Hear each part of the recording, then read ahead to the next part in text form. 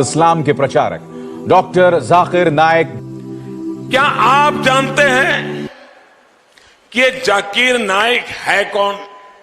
Doctor Zakir Naik. Way for our Sheikh, Dr. Zakir Naik.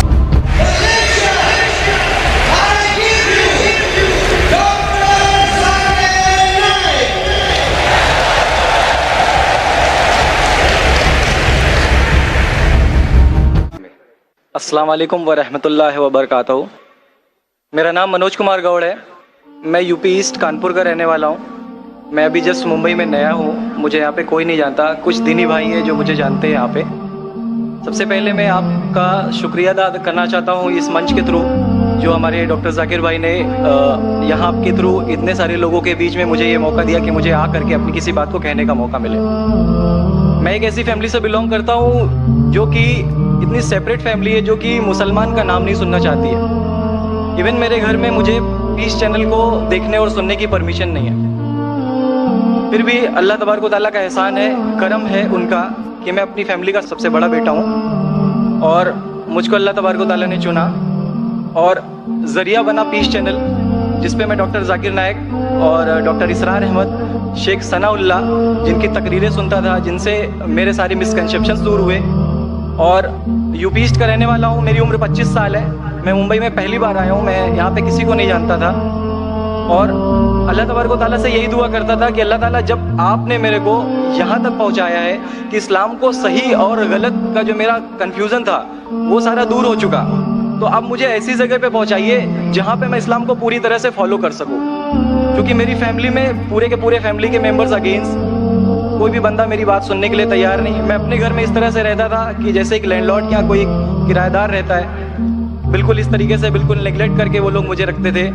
मैं ये message उन अपने घर वालों को भी और उन हज़ारों लोगों को जो मुझे यूपी ईस्ट के जानते, पूरे यूपी ईस्ट का पूरा बंदा जो भी मुझे देख रहा होगा, जो मुझे जान रहा होगा, उन तक ये मैसेज पहुँचाना चाहता हूँ कि इस्लाम कोई भी ऐसा काम नहीं करता है जिससे किसी माशरे को नुकसान पहुँचता हो।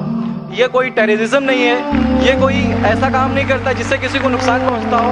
एक ऐसी फैमिली का बंदा जो कि मुसलमान के लिए इतनी गलत फहमी रखता हो, उसी घर का सबसे बड़ा बच्चा बाहर निकल करके इस बात को बताने के लिए तैयार है कि वो उनका दिमाग है, ये इस्लाम की तरफ से नहीं मिला है। तो मैं इस बात को कहना चाहता था, इस बात को बताना चाहता था। मैंने कभी सोचा भी नहीं था कि मुझे मौका मिलेगा कि मैं डायरेक्टली डॉक्टर जाकिर साहब के सामने आके उनका शुक्रिया अदा कर पाऊंगा।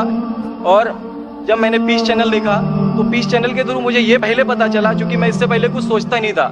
जो ज़िंदगी चल रही है वो ज़िंदगी मेरे लिए काफ़ी थी। माँ है, बाप है, घर का सबसे बड़ा था, मैं एक वेल एस्टेब्लिश फैमिली का बंदा था, तो मुझे ऐसा कुछ सोचता ही नहीं लगता था कि मुझे कुछ और भी करना चाहिए।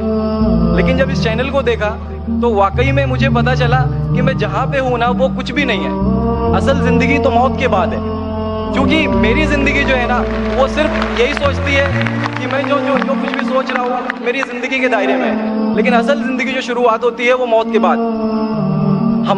हमारे वेद हमें सिखाते हैं नातस्य प्रतिमा अस्ति, फिर भी हम प्रतिमा को मानते, मूर्ति को मानते, देवी देवताओं को मानते। हमारा वेद हमें बताता है एकम ब्रह्मम द्वितीयो नास्ति, यानी कि भगवान एक है, दूसरा नहीं है ही नहीं। उसके बाद भी हम 36 करोड़ देवताओं को मानते। तो हम अपने वेद को क्यों नहीं पढ़ते, हम अपने वेद को क्यों नहीं देखते कि हमारा वेद हमें क्या सिखाना चाहता है। पे ना जाए, अगर कोई मुसलमान गलत करता है तो हम ये नहीं सोचे कि वो इस्लाम है। वो मुसलमान गलत हो सकता है लेकिन इस्लाम गलत नहीं हो सकता। तो इसलिए मेरा पूरा का पूरा मैं मुकम्मल हूँ अल्हम्दुलिल्लाह। और अपनी ज़िंदगी में इस खुशी को महसूस करते हुए, ये खुशी आप सारे भाइयों से बांटते हुए, सारी बहनों से बांटते हुए, सारी माँओं से बांटते हुए, आप सभी के सामने ये इकरार करता हूँ कि अल्लाह के सिवा कोई माबूद नहीं है। ये मेरी फैमिली वाले या मेरे यूपी वाले या जितने भी लोग देख रहे हो, मैं इस बात को कबूल करता हूँ कि मैं इस्लाम में हूँ। माशाअल्लाह, मैं आपका शुक्रगुजार हूँ। आपने पीस टीवी का पैगाम जो नटशेल में दिया, लगता है कि माशाअल्लाह इतनी बार देखिए कि आपके जहन में उतर गया और आप उसको मेमोराइज कर चुके। मैं शुक्रगुजार हूँ आपका कि आपने पीस टीवी का मैसेज एक नटशेल में दिया। और अलहम्द जो भी आपने कहा माशाअल्लाह, और जो आपने याद के हवाले के साथ जो श्लोका, माशाअल्लाह आपने कहा कि आप एक खुदा में मानते हैं जिसका कोई माबूद नहीं। बिल्कुल, आप मानते हैं मोहम्मद सल्लल्लाहु अलैहि वसल्लम आखिरी पैगंबर है? कोई शक नहीं। आप इस्लाम कबूल करना चाहते हैं मेरे? बिल्कुल। माशाल्लाह। आप पे कोई जबरदस्ती कर रहा है? कोई जबरदस्ती नहीं है, कोई दबाव- कंफ्यूजन नहीं है, वेल सेटिस्फेक्शन है without any pressure. With your heart, माशाल्लाह। आप तो शहादत के कंडीशन भी रट लिए पीस टीवी से, माशाल्लाह।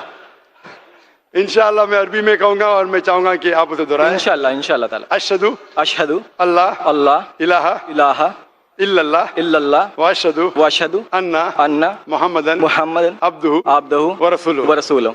माशाल्लाह, आपका अरबी भी एकदम माशाल्लाह अच्छी है। मैं गवाही देता हूँ मैं गवाही देता हूँ कि अल्लाह अल्लाह के अलावा के अलावा कोई माबूद नहीं कोई माबूद नहीं और मोहम्मद मोहम्मद सल्लल्लाहु अलैहि वसल्लम सल्लल्लाहु अलैहि वसल्लम उसके बंदे उसके बंदे और पैगंबर है। और पैगंबर है। माशाल्लाह, मेरे हिसाब से आप दिल से पहले से ही मुसलमान थे, अभी लोगों के सामने जाहिर किया। अल्लाह सुब्हानहू व तआला से दुआ करता हूँ कि आपको इस दुनिया में बेहतरीन जिंदगी दे, लेकिन आखिरत में और बेहतरीन जिंदगी दे।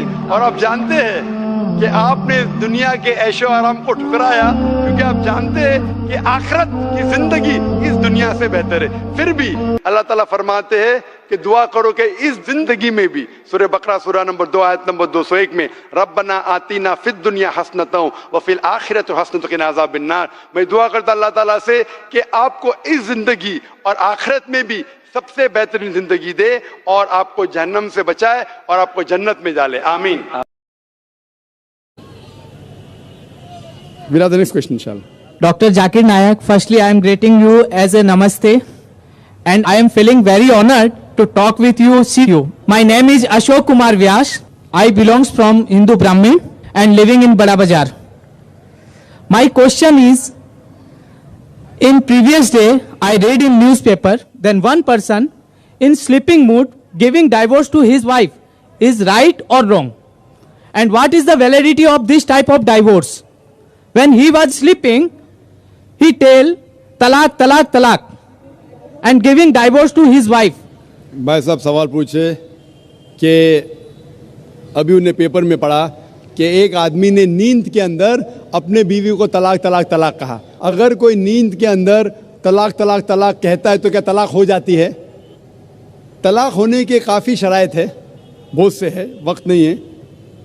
लेकिन अगर कोई बिना होश में नहीं है, चाहे वो शराब की हालत में है, चाहे वो नींद में है, अगर तलाक कहता है तो तलाक नहीं होती, चाहे नींद में हो या शराब की हालत में।